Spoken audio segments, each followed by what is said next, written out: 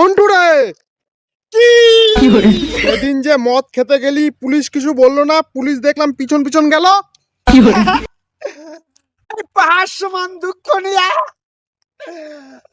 এই মদের বোতলটা সবে রাখছি, কি করে রেখে আমি নিজে বসে কি পড়লাম। করে বসার পরে পিছন দিকে আমার ঘাড়ে হাত দিয়েছে কে জানো।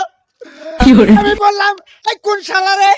কি করে আর তাকাইয়ে দেখি স্যার। কি করে পাও দুইটা ধরিয়া আমি বললাম স্যার আমাকে ক্ষমা করে দেন, কি করে? মনে পাহাড় সমান দুঃখ দাও, তাই একটু বসছিলাম।